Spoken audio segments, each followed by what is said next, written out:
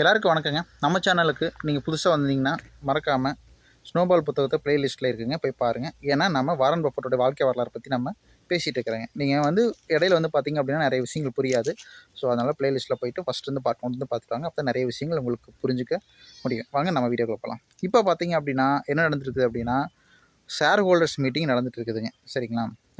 இந்த share holders மீட்டிங்கில் வந்து பார்த்திங்க அப்படின்னா பஃபட் என்ன சொல்கிறார் அப்படின்னா, அமெரிக்கா உடைய டாலர் மேலே இருக்கக்கூடிய கரன்சி மேலே அவருக்கு கொஞ்சம் நம்பகத்தன்மை வந்து குறைஞ்சிருக்குது. என்ன காரணம் அப்படின்னா, 2000க்கு அப்புறம் வந்து அமெரிக்கா வந்து கடனை அதிகமாக வாங்க ஆரம்பிச்சிருச்சு அப்படிங்கிறத வந்து அவருடைய இந்த இடத்துல கருத்து சொல்கிறாருங்க. அவர்கிட்ட இருக்கக்கூடிய பட்ஜெட் ஹத்தையில் கேஷ் ரிசர்வாக நிறைய பணம் வச்சிருப்பார் இல்லைங்களா? எப்பவுமே அலமாரி நிறைய பணம் வச்சிருப்பார் இல்லைங்களா? அந்த பணத்தை அவர் என்ன பண்ணுறாரு அப்படின்னா, சைனா யுவான் கரன்சியாகவும் ஜாப்பனீஸோடைய கரன்சியாகவும் என்னுடைய கரன்சியாகவும் வந்து மாற்றி வச்சுக்கிறாரு. ஸோ இது அவர் எதுக்காக சொல்கிறார் அப்படின்னா, நான் வந்து ஸ்பெக்குலேட் பண்ணலை, நான் வந்து என்னுடைய டாலருக்கு உண்டான கரன்சியை வந்து ஹெட்ஜிங் மாதிரி பண்ணி வைக்கிறேன். ஒரு வேளை நாளைக்கு டாலர் வந்து சரி இது ஒரு எக்ஸாம்பிள் என்ன சொல்கிறார் அப்படின்னா, இப்போ வந்து அமெரிக்கா வந்து தனக்கு தேவையான பணத்தை வந்து ட்ரெஷரி பாண்டு மூலிமா வந்து இஷ்யூ பண்ணி வாங்கிக்கிறாரு. வாங்கி கவர்மெண்ட் வந்து ரன் பண்ணிகிட்ருக்குது. அவர் என்ன சொல்கிறாருனாங்க, ஒரு ஃபேமிலியில் வந்து ஒரு 50,000 தான் வந்து வருமானம் வருது அப்படின்னா, அந்த 50,000த்துக்குள்ள தான் வந்து ஃபேமிலி வந்து ரன் பண்ணணும். ஆனால் அவங்க வந்து ஒரு எக்ஸ்ட்ரா ஒரு 10,000 கடன் வாங்கி ஃபேமிலி ரன் பண்ணுறாங்க அப்படின்னா, முதல் மாதம் 10,000, அடுத்த மாதம் ஒரு 10,000, அதுக்கு அடுத்த மாதம் ஒரு 10,000, இப்படி வந்து கடன் ஏறிக்கிட்டே போகுது. ஒரு லிமிட்டுக்கு மேலே வந்து அந்த கடன் வந்து கண்ட்ரோலே பண்ண முடியாது. ஸோ அந்த மாதிரி கண்ட்ரோலே பண்ண முடியாத ஒரு சூழ்நிலையில் வரும்போது பார்த்தீங்க அப்படின்னா, அந்த ட்ரெஷரி பாண்டு வாங்கியிருப்பாங்க இல்லைங்களா, கடன் கொடுத்துருப்பாங்க பார்த்தீங்களா அமெரிக்கன் கவர்மெண்ட்டுக்கு, அவங்க வந்து எங்களுக்கு வந்து ஃபிக்ஸ்டு அசட்டாக தான் வேணும் அப்படிங்கிற மாதிரி ஃபிக்ஸ்டு அசட்டாக தான் வேணும் அப்படிங்கிற மாதிரி சொன்னால் என்ன பண்ணுறது? ஒரு வேளை ஒரு ஆஃபீஸாவோ, ஒரு பில்டிங்காவோ, இல்லை ஒரு கம்பெனியாவோ, இல்லை ரியல் எஸ்டேட் ப்ராப்பர்ட்டியாவோ, ஸோ இது மாதிரி ஏதாச்சும் ஒன்றுக்கு வந்து கேட்கலாம். ஸோ அந்த மாதிரி ஒரு சூழ்நிலையில் வர்றதுக்கு வாய்ப்பு அதிகமாக இருக்குது. அதனால் வந்து அமெரிக்கா வந்து கடன் வாங்குறது வந்து குறைக்கணும் அப்படின்ட்டு சொல்கிறாரு. இது எப்போ சொல்கிறாருன்னா 2004 சொல்லிட்டாருங்க. ஆனால் இன்னியும் வந்து அமெரிக்கா வந்து கடன் வாங்கிட்டு தான் இருக்குதுங்க. அதே சமயம் வந்து பார்த்திங்க அப்படின்னா, ஷேர் ஹோல்டர்ஸ் மீட்டிங்கில் வந்து அவர் கிட்டத்தட்ட ஒரு 6 மணி நேரம் என்ன பேசுகிறார் அப்படின்னா, நம்ம எல்லாருமே வந்து நேர்மையாக இருக்கணும், யாரையும் ஏமாற்றக்கூடாது அப்படிங்கிற மாதிரியெல்லாம் வந்து எப்பவுமே சொல்லிட்டு இருப்பார். அதை கேட்கறக்குனே வந்து பார்த்திங்கன்னா, மிகப்பெரிய அளவு பில்லியனர்ஸ் எல்லாம் வந்திருப்பாங்க. ஆனால் அங்கே வந்து உட்காந்துட்டு அவங்க என்ன பண்ணுவாங்க அப்படின்னா, அங்கே இருக்கக்கூடிய அந்த சாக்லேட்டை திருடி சாப்பிட்றது, அங்கே இருக்கிற சில சில சின்ன சின்ன பொருட்கள்லாம் வந்து திருடுறது, இந்த மாதிரியான விஷயங்கள்லாம் வந்து பண்ணிகிட்டே இருப்பாங்க. ஸோ இதை வந்து பஃபட் வந்து என்ன அந்த புக்கில் என்ன மென்ஷன் பண்ணுறாரு அப்படின்னா, நேர்மை அப்படிங்கிறது நம்ம மற்றவங்க பார்த்துட்டு இருக்கும்போது என்ன நடக்குது அப்படிங்கிற விஷயம் இல்லை, யாருமே பார்க்காதப்பவும் நம்ம எவ்வளோ நேர்மையாக இருக்கோம் அப்படிங்கிறது ஒரு விஷயம்.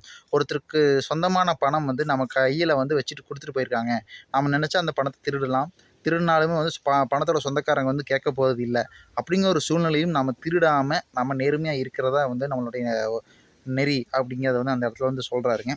ஸோ இதுதான் வந்து அந்த ஷேர் ஹோல்டர்ஸ் மீட்டிங் வந்து நடந்துட்டுருக்குது. ஸோ இதே காலகட்டங்களில் பார்த்திங்க அப்படின்னா, சூசி நம்ம வாரன் பஃபட்டோடைய மனைவிக்கு வந்து பார்த்திங்க அப்படின்னா கேன்சருக்கு உண்டான ட்ரீட்மெண்ட்டில் போயிட்டுருக்குது. ஓரளவுக்கு அவங்க வந்து ரெக்கவர் ஆகிட்டாங்க. ஸோ இப்போ வந்து வெளியெல்லாம் வர ஆரம்பிச்சிட்டாங்க. வந்து புது வாழ்க்கை, அதாவது ஒரு மரணத்தில் இருந்து வெளியே வந்தவங்களுக்கு தான் வந்து அதோடைய வாழ்க்கையோட அருமையே புரியும்னு சொல்லுவாங்க. என்றைக்குமே பாருங்கள், ஒருத்தர் சாவை பார்த்துட்டு வந்தவங்க வந்து எதுக்குமே பயப்படவும் மாட்டாங்க, ரொம்ப ஆசையும் பட மாட்டாங்க. அது ஒரு மாதிரியான ஒரு வாழ்க்கையை வாழ்ந்துட்டு இருப்பாங்கன்னு வைங்களேன். ஸோ அந்த மாதிரியான வாழ்க்கை வந்து இப்போ வந்து சூசி வந்து வாழ ஆரம்பிச்சிருக்கிறாங்க. இருந்தாலும் டாக்டர்ஸ் எல்லாம் என்ன சொல்லியிருக்காங்க, கேன்சர் ட்ரீட்மெண்ட் தான் போயிட்டுருக்கு, ஆனால் நம்ம வந்து முழுசும் சரியாயிடுச்சுன்னுலாம் சொல்ல முடியாது அப்படிங்கிற மாதிரி வந்து எல்லாம் சொல்லியிருக்காங்க. ஸோ இருந்தாலும் வந்து சூசி வந்து பார்த்திங்கன்னா, இப்போ ஃப்ரான்ஸ் போகிறாங்க, தன்னுடைய குழந்தைங்கள பார்க்குறது, கிராண்ட் சில்ட்ரன்ஸை பார்க்குறது, நண்பர்களை பார்க்குறது, இந்த மாதிரி அவங்களோட அவங்ககிட்ட இருக்கக்கூடிய ஒவ்வொரு நிமிஷத்தையும் எந்த அளவுக்கு என்ஜாய் பண்ண முடியுமோ அந்த அளவுக்கு என்ஜாய் பண்ணிட்டு இருக்கிறாங்க.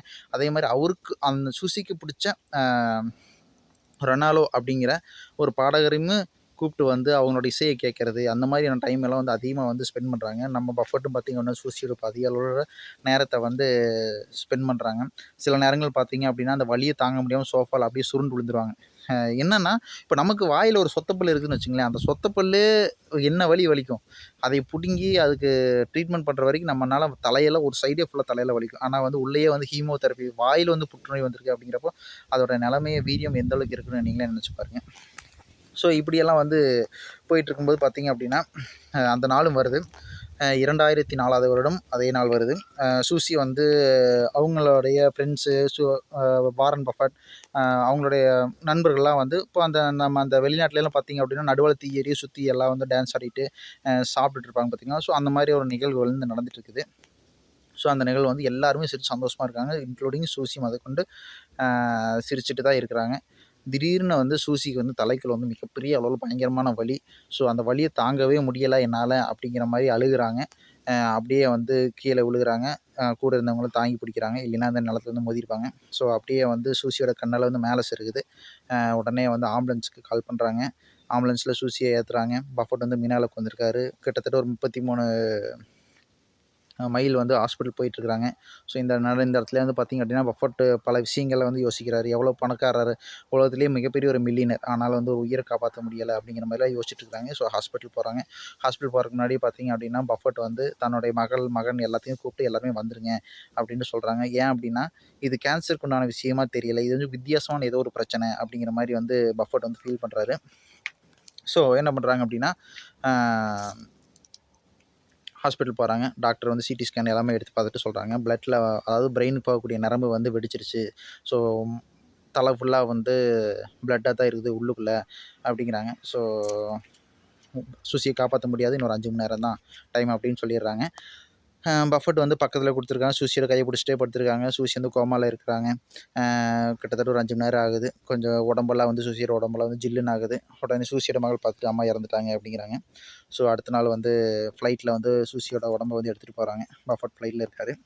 எதுவும் பேசல. மனசு ரொம்ப அமைதியா இருக்காரு. அடுத்த நாள் ஃப்யூனரல் நடக்குது. ரொம்பவே பெரிய அளவுல செய்யாம ரொம்ப சின்ன அளவுல வந்து ஃப்யூனரல முடிச்சிடுறாங்க. ஸோ உலகத்திலேயே மிகப்பெரிய அளவு பில்லியனியர்.